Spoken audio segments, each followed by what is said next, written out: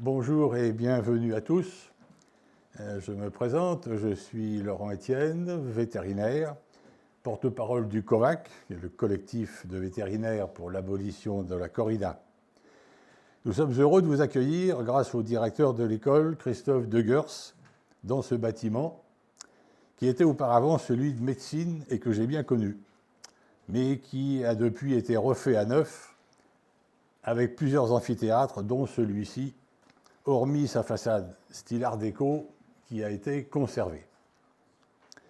Le but de ce colloque est d'analyser la corrida aussi objectivement que possible pour la condamner, en ajoutant nos connaissances scientifiques à son approche éthique, avec l'intervention de confrères qui pourront, à tour de rôle, apporter leur témoignage grâce à leurs diverses compétences.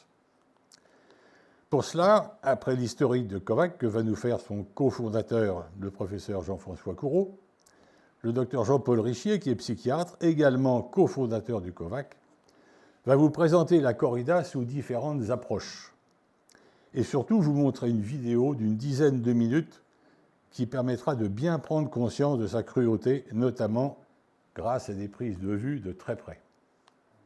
Ensuite, le docteur Manon Lhomme vous parlera de la physiologie de la douleur chez un animal en général et les particularités de sa manifestation chez un bovin quand il y est confronté.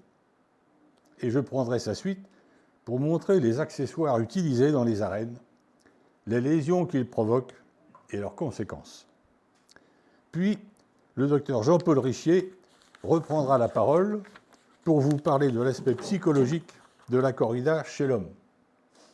Ensuite, le docteur Fanny Casali vous parlera de la position de l'Ordre national des vétérinaires, avec lequel elle a beaucoup travaillé, et qui a émis un avis clairement défavorable vis-à-vis de la corrida.